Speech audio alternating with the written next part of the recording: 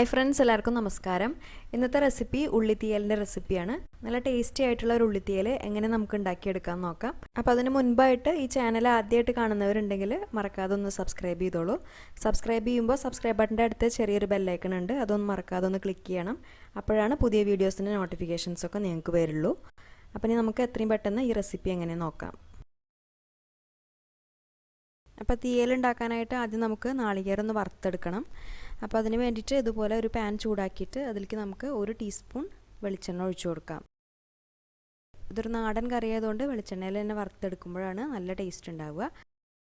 പിന്നെ നമ്മൾ വെളിച്ചെണ്ണ ചേർക്കാതെ നാളികേരം അങ്ങനെ ഡ്രൈ റോസ്റ്റ് ചെയ്തെടുക്കുകയും ചെയ്യാറുണ്ട്. അപ്പോൾ അങ്ങനെ ചെയ്യണമെന്നുണ്ടെങ്കിൽ അങ്ങനെ ചെയ്യാം. അപ്പോൾ ഇനി ഈ വെളിച്ചെണ്ണ നന്നായിട്ടൊന്ന് ചൂടായി വരുന്ന സമയത്ത് നമുക്ക് ഇതിലേക്ക് ഒരു 1/4 ടീസ്പൂൺ ഉലുവ ചേർത്ത് കൊടുക്കാം. എന്നിട്ട് ഈ ഉലുവ നന്നായിട്ടൊന്ന് മൂപ്പിച്ചെടുക്കാം.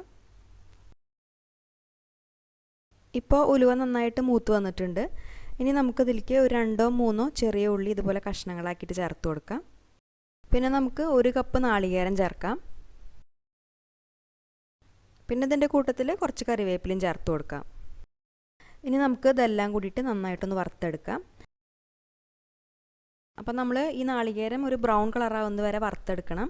അപ്പോൾ ചെറിയ തീയിലിട്ടിട്ട് വറുത്തെടുത്താൽ മതി. ഫ്ലെയിം കൂട്ടി വെച്ച് വറുക്കുകയാണെന്നുണ്ടെങ്കിൽ നാളികേരം പെട്ടെന്ന് തന്നെ കരിഞ്ഞു പോവും. അപ്പോൾ തീയലിൻ്റെ ടേസ്റ്റൊക്കെ മാറും. അപ്പോൾ സാവധാനത്തിൽ വറുത്തെടുത്താൽ മതി. കുറച്ച് സമയം എടുക്കും ഇത് കളർ ചേഞ്ച് ആയിട്ട് വരാനായിട്ട്. ആ ഒരു ബ്രൗൺ കളറിൽ എത്തണം. എന്നിട്ട് നമ്മൾ നാളികേരം അരച്ചിട്ട് തീയൽ ചേർക്കുമ്പോഴാണ് തീയൽ നല്ല ടേസ്റ്റി ആയിട്ട് ഉണ്ടാവുള്ളൂ. അപ്പോൾ സാവധാനത്തിൽ വറുത്തെടുത്താൽ മതി. നമ്മൾ സാമ്പാറിനൊക്കെ വറുക്കുകയാണെന്നുണ്ടെങ്കിൽ ഒരുപാടൊന്നും വറുക്കേണ്ട ആവശ്യമില്ല. പക്ഷേ തീയലിൽ നമ്മൾ ഒരുവിധം നന്നായിട്ട് തന്നെ നല്ലൊരു ബ്രൗൺ ഷെയ്ഡ് ആവുന്നവരെ നാളികേരം വറുത്തെടുക്കണം. അപ്പോൾ നമുക്കത് നന്നായിട്ടൊന്ന് വറുത്തെടുക്കാം.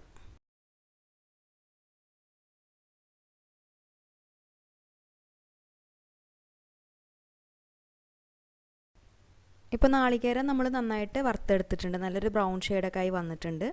ഇനി ഈ സമയത്ത് നമുക്ക് ഇതിലേക്ക് ആവശ്യത്തിനുള്ള പൊടികൾ ചേർത്ത് കൊടുക്കാം. അപ്പോൾ ഞാനിപ്പോൾ ഇതിൽ മുളകും മല്ലിയൊക്കെ പൊടിയായിട്ടാണ് ചേർത്ത് കൊടുക്കുന്നത്. ഇനിയിപ്പോൾ നമ്മൾ മുഴുവനായിട്ടുള്ള മുളകും മല്ലിയാണ് ചേർത്ത് കൊടുക്കുന്നത് വെച്ചാൽ ആദ്യം നമ്മൾ ഉലുവ മൂപ്പിച്ചെടുത്തില്ലേ, ആ സമയത്ത് മുളകും മല്ലിയും ചേർത്ത് കൊടുത്തിട്ട് നന്നായിട്ടൊന്ന് മൂപ്പിച്ചെടുത്തതിന് ശേഷം നാളികേരം ചേർത്ത് കൊടുത്താൽ മതി. അപ്പോൾ ആദ്യം നമുക്ക് മഞ്ഞൾപ്പൊടിയാണ് ചേർത്ത് കൊടുക്കേണ്ടത്. ഒരു 1/4 ടീസ്പൂൺ മഞ്ഞൾപ്പൊടി ചേർത്ത് കൊടുക്കാം. മഞ്ഞൾപ്പൊടിയൊന്നും ഒരുപാട് ചേർക്കണ്ട, ഒരു 1/4 ടീസ്പൂൺ ചേർത്ത് കൊടുത്താൽ മതിയാവും. പിന്നെ ഈ പൊടികളൊക്കെ ചേർത്ത് കൊടുക്കുമ്പോൾ നമ്മൾ ഫ്ലെയിം നന്നായിട്ട് കുറച്ച് വെക്കണം കേട്ടോ, അല്ലെങ്കിൽ പൊടികളൊക്കെ പെട്ടെന്ന് തന്നെ കരിഞ്ഞു പോവും. ഇനി നമുക്കിതിലേക്ക് ഒരു 1.5 ടീസ്പൂൺ മുളക് പൊടി ചേർത്ത് കൊടുക്കാം. പിന്നെ ഒരു 2 ടീസ്പൂൺ മല്ലിപ്പൊടിയും ചേർക്കാം. പിന്നെ ഈ മുളക് പൊടിയുടെ അളവ് നമ്മുടെ അളവിനനുസരിച്ചൊക്കെ അഡ്ജസ്റ്റ് ചെയ്ത് ചേർത്ത് കൊടുക്കാം. ഇനി നമുക്ക് ചെറിയ ഫ്ലെയിമിൽ തന്നെ ഈ പൊടികളുടെ പച്ചമണം നന്നായിട്ട് മാറി വരുന്നത് വരെ വഴറ്റിയെടുക്കാം. പൊടികളൊന്നും കരിയാത്ത വിധത്തിൽ നന്നായിട്ടൊന്ന് മൂപ്പിച്ചെടുക്കാം. ഇപ്പോൾ ഈ പൊടികളൊക്കെ നന്നായിട്ട് വറുത്തെടുത്തിട്ടുണ്ട്. ഇനി നമുക്ക് ഫ്ലെയിം ഓഫ് ചെയ്തിട്ട് ഇത് വേറൊരു പാത്രത്തിലേക്ക് മാറ്റണം. എന്നിട്ട് നന്നായിട്ട് ചൂടാറി വരുന്ന സമയത്ത് ഇത് നല്ല ഫൈനായിട്ട് അരച്ചെടുക്കാം. ഇപ്പോൾ നാളികേരം നന്നായിട്ട് ചൂടാറിയതിന് ശേഷം നമ്മളിതുപോലെ ഒരു മിക്സിയുടെ ജാറിലേക്ക് ആക്കി കൊടുത്തിട്ടുണ്ട്. ഇനി നമുക്കത് ഫൈനായിട്ട് അരച്ചെടുക്കാം. അരച്ചെടുക്കുമ്പോൾ നമ്മൾ ശ്രദ്ധിക്കേണ്ട ഒരു കാര്യമുണ്ട്. നമ്മളിതിൽ വെള്ളം ചേർക്കാതെയാണ് അരച്ചെടുക്കേണ്ടത്. വെള്ളം ചേർക്കാതെ അരച്ചെടുത്തിട്ട് നമ്മൾ കറിയിൽ ചേർത്ത് കൊടുക്കുമ്പോഴാണ് തീയൽ നല്ല ടേസ്റ്റി ആയിട്ടുണ്ടാവുള്ളൂ. അപ്പോൾ ഇതിപ്പോൾ ചെറിയ ജാറാവുന്നതുകൊണ്ട് നമുക്ക് നല്ല ഈസി ആയിട്ട് ചെയ്തെടുക്കാൻ പറ്റും. അപ്പോൾ 2-3 പ്രാവശ്യം നമ്മൾ നന്നായിട്ടൊന്ന് പൊടിച്ചെടുക്കുക. പൊടിച്ചെടുക്കുമ്പോൾ ഇതിൽ നിന്ന് കുറച്ച് എണ്ണ കിനിഞ്ഞ് വരും. അപ്പോൾ ആ എണ്ണയിൽ തന്നെ നമുക്കിത് നന്നായിട്ട് അരച്ചെടുക്കാൻ പറ്റും. ഇനിയിപ്പോൾ നിങ്ങളുടെ കയ്യിലുള്ളത് വലിയ ജാറാണെന്നുണ്ടെങ്കിൽ 2-3 പ്രാവശ്യം നന്നായിട്ട് പൊടിച്ചെടുക്കുക. പൊടിച്ചെടുത്തതിന് ശേഷം 1-2 സ്പൂൺ വെള്ളം ഒഴിച്ച് കൊടുത്തിട്ട് അരച്ചെടുത്താൽ മതി. ഒരുപാട് വെള്ളം ഒഴിക്കരുത്. ഒരുപാട് വെള്ളം ഒഴിച്ച് കൊടുത്തിട്ട് നമ്മൾ അരക്കുകയാണെന്നുണ്ടെങ്കിൽ ആ പെർഫെക്റ്റ് ആയിട്ടുള്ള ടേസ്റ്റ് നമുക്ക് തീയലിന് കിട്ടില്ല. അപ്പോൾ ഇത് നന്നായിട്ടൊന്ന് നമുക്ക് അരച്ചെടുക്കാം. ഇപ്പോൾ നാളികേരം നമ്മൾ നന്നായിട്ട് അരച്ചെടുത്തിട്ടുണ്ട്. ഇപ്പോൾ നമുക്ക് കാണുമ്പോൾ മനസ്സിലാവുണ്ടാവും ഇതിൽ കുറച്ച് എണ്ണ കിനിഞ്ഞ് വന്നിട്ടുണ്ട്. ഈ എണ്ണയിലാണ് നമ്മളിത് അരച്ചെടുക്കുക. അപ്പോൾ ഒരു 3-4 പ്രാവശ്യം നമ്മൾ പൊടിച്ചെടുക്കുമ്പോഴാണ് ഇങ്ങനെ എണ്ണ വരിക. എണ്ണ വന്നു കഴിഞ്ഞാൽ നമുക്ക് പിന്നെ ഒരു 3-4 പ്രാവശ്യം കൂടി വീണ്ടും ഒന്ന് അടിച്ചെടുത്താൽ ഇതുപോലെ നല്ല ഫൈനായിട്ട് അരഞ്ഞു കിട്ടും. അപ്പോൾ ഇനി നമുക്കിത് മാറ്റി വയ്ക്കാം. ഇനി നമുക്കൊരു പാൻ അടുപ്പത്ത് വയ്ക്കാം. പാൻ ചൂടായി വരുന്ന സമയത്ത് നമുക്കിതിലേക്ക് 2 ടേബിൾ സ്പൂൺ വെളിച്ചെണ്ണ ഒഴിച്ചു കൊടുക്കാം.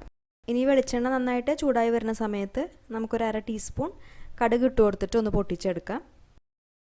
പിന്നെ ഒരു 2 പച്ചമുളക് ഇതുപോലെ നെടുകെ കീറിയിട്ട് ചേർത്ത് കൊടുക്കാം. അതിനുശേഷം നമുക്കതിലേക്ക് ചേർത്ത് കൊടുക്കേണ്ടത് ചെറിയ ഉള്ളിയാണ്. അപ്പോൾ ഞാനിപ്പോൾ ഇവിടെ തൊലി കളഞ്ഞിട്ട് നന്നായി കഴുകി വൃത്തിയാക്കിയിട്ടുള്ള ഒരു 200 ഗ്രാം ചെറിയ ഉള്ളിയാണ് എടുത്തിട്ടുള്ളത്. അപ്പോൾ ചില ഉള്ളിക്ക് ചിലപ്പോൾ വലുപ്പം കൂടുതലുണ്ടാകും. അപ്പോൾ 2-3 കഷ്ണങ്ങളാക്കിയിട്ട് ഒന്ന് മുറിച്ചെടുത്താൽ മതി.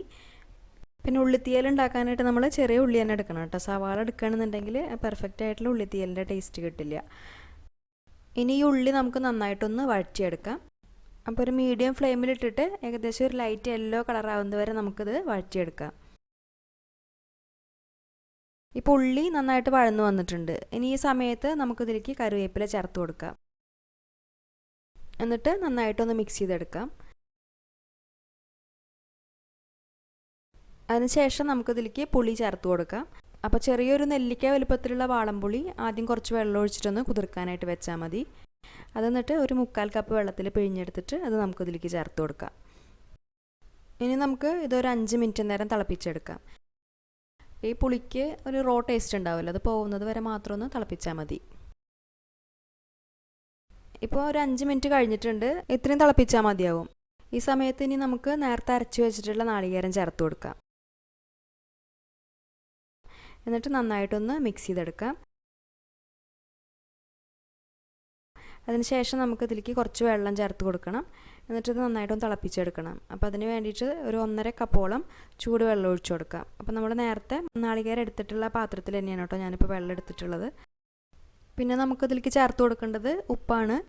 നമ്മൾ ഇതുവരെ ഇതിലേക്ക് ഉപ്പ് ചേർത്ത് കൊടുത്തിട്ടില്ല. അപ്പോൾ ആവശ്യത്തിനുള്ള ഉപ്പ് ഈ സമയത്ത് ചേർത്ത് കൊടുക്കാം. ഇനി ഇത് നന്നായിട്ടൊന്ന് മിക്സ് ചെയ്തതിന് ശേഷം ഒന്ന് തിളപ്പിച്ചെടുക്കാം. കുറച്ച് സമയം തിളയ്ക്കുമ്പോൾ അത് നന്നായിട്ട് കുറുകി വരും. അതുപോലെ തന്നെ ഇതിൻ്റെ മേലെ എണ്ണ തെളിയാനായിട്ട് തുടങ്ങും. അതുവരെയാണ് നമ്മളിത് തിളപ്പിച്ചെടുക്കേണ്ടത്. അപ്പോൾ മീഡിയം ഫ്ലെയിമിൽ വെച്ചിട്ട് ഇത് നമുക്ക് തിളപ്പിച്ചെടുക്കാം. പിന്നെ ഇടയ്ക്കൊന്ന് നമ്മൾ ഇളക്കി കൊടുത്താൽ മതി.